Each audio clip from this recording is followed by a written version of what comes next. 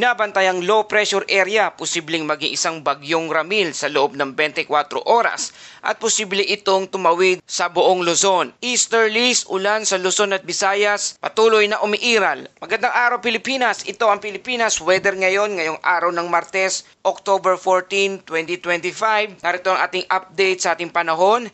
Kung bago ka lang sa ating channel, please like, share, and subscribe para lagi ka updated sa panahon. Salamat sa iyong suporta. Mga kababayan, ang easterlies ay patuloy na nakakaapekto sa Luzon at Visayas. Kaya asahan ang madalas maulap na kalangitan at mga pag-uulan.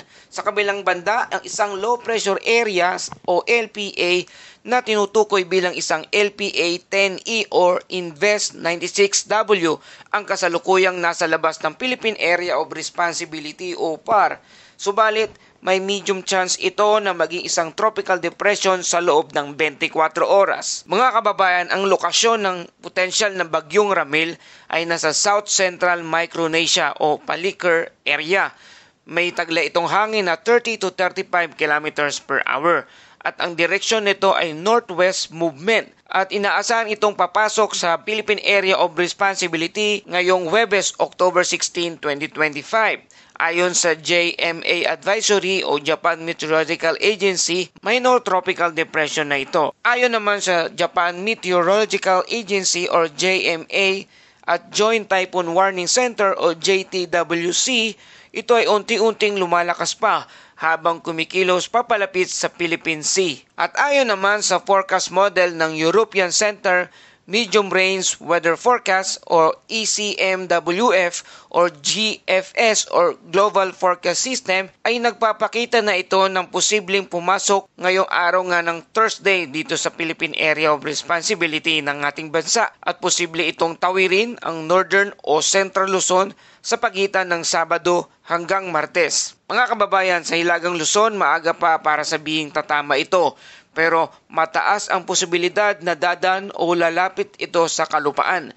Kaya't hanggat maaga siguraduhin na handa ang emergency kits, flashlight at mga dokumento. At para sa ating forecast weather condition ngayong araw, sa Metro Manila, Calabarzon, Bicol Region, Eastern Visayas, Cagayan, Isabela, Nueva Vizcaya, Quirino, Aurora, Nueva Ecija, Bulacan, Marinduque at Oriental Mindoro.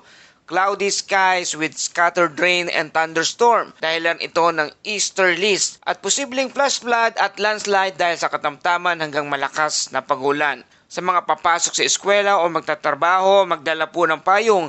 Kadalasan hapon o gabi bumubuhos ang ulan dahil sa moisture air galing sa Pacific. The rest of Luzon and Visayas, partly cloudy to cloudy skies with isolated rain shower or thunderstorm. Dahilan pa rin ito ng easterlies. Posibleng bigla ang pagbaha dulot ng localized thunderstorm. At sa lugar ng Mindanao, partly cloudy to cloudy skies with isolated rain shower or thunderstorm. Dahilan ito ng localized thunderstorm at posibleng flash flood pa rin o landslide sa mga mabababang lugar. At para sa ating forecast wind and coastal water condition, sa lugar ng Luzon at Visayas, merong light to moderate winds. Ang direksyon nito ay east to northeast. Banayad ang alon, slight to moderate na may alon na 0.6 to 1.8 metrong taas. Sa Mindanao naman, ang hangin ay light to moderate na may direksyon ng northeast to north. Banayad hanggang katamtaman na alon na 0.6 to 1.5 metrong taas. Sa ating mga kababayang mangingisda at biyahero sa karagatan, ligtas pa rin sa ngayon.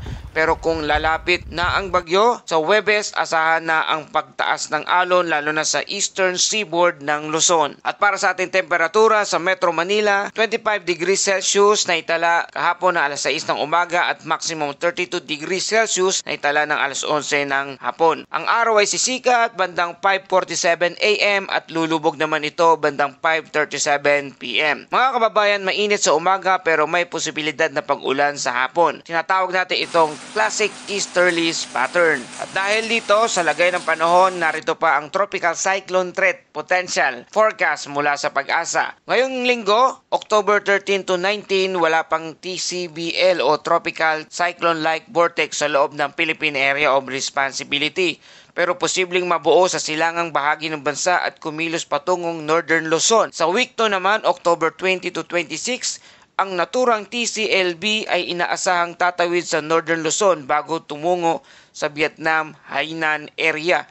at nananatiling mataas ang posibilidad na ito'y maging ganap na bagyo. Ibig sabihin nito, kahit matapos ang bagyong Ramil, posible pang may kasunod ng bagyo sa loob lamang ng buwan ng Oktubre. Isa ito sa peak month ng typhoon season sa bansa. Kaya patuloy po tayo mag-antabay mga kababayan tungkol sa lagay ng panahon sa loob at labas ng ating bansa. At sa araw na ito, dako tayo sa ating Bible verse of the day mula sa Isaiah 41 verse 10. Fear not, for I am with you. Be not dismayed, for I am your God.